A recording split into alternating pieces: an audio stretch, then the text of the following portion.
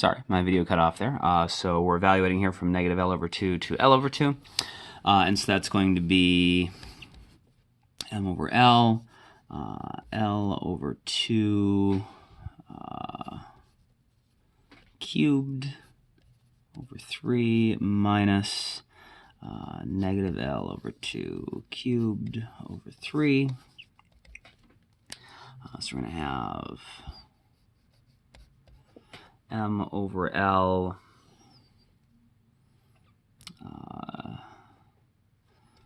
be L cubed over 8 divided by 3 minus negative L cubed over 8 over 3. So that's going to be M over L, L cubed over 24 plus L cubed over 24, M over L, L cubed over 12, and we add two of them together, and then our L's simplify.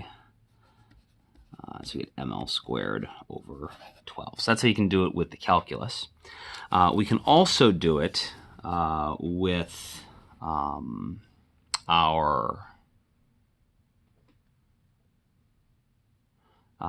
by cleverly breaking it up into two things we already know how to deal with. And so we should be able to get the same answer a different way, but there's a cute way to do it without calculus. So an alternate approach is you get this bar that you have rotating about its center, and instead of breaking it up into a bunch of points, what if you just break it up into two bars? So it is actually two bars of length L over 2, and the mass of this side is going to be half the mass of the entire bar. And we know the moment of inertia of the entire bar is equal to the sum of the moment of inertia of all of its parts. And so you could just add up the moment of inertia of these smaller bars. And there's two of them. And we know that each one of them has length L over 2, mass M over 2, and we know that if we're rotating the entire bar about its center, each individual bar is being rotated about its end. And so the moment of inertia for a bar rotating around its end is going to be rotating around its end, we said was ML squared over 3. So for our little individual bars, we're going to have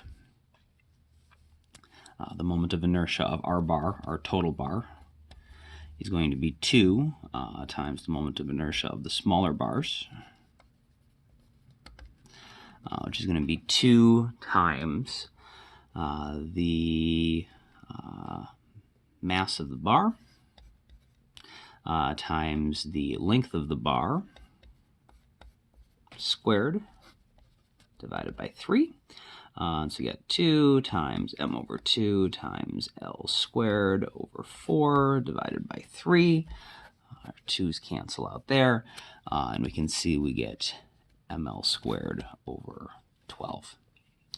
And so being able to do both approaches is important. There are going to be more complicated shapes that we do where you have to be able to do the calculus.